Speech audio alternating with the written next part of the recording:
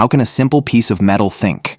Do you know that your phone has more computing power than what NASA used to send humans to the moon?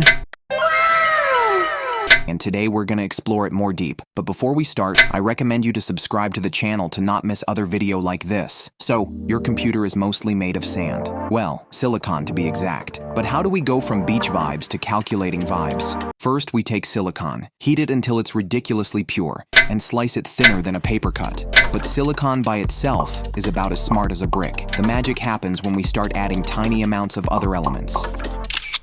We're basically making silicon slightly imperfect on purpose. It's like giving it coffee.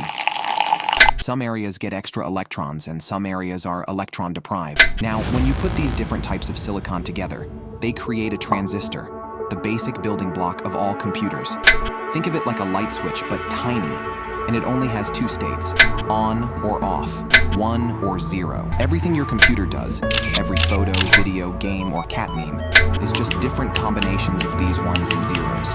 We take these tiny switches and arrange them into logic gates, like tiny decision makers. And gates, or gates, not gates. They're like the computer's version of, if this, then that. Stack enough of these together, and suddenly you can do math. Stack even more, and you can play Minecraft. Modern processors have billions of these switches. Every time you tap your phone, you're orchestrating a dance of billions of electrons through millions of gates, all happening in less time than it takes you to blink. These ones and zeros become numbers, which become letters, which become words, which become this video you're watching right now. All because we figured out how to make rocks do math.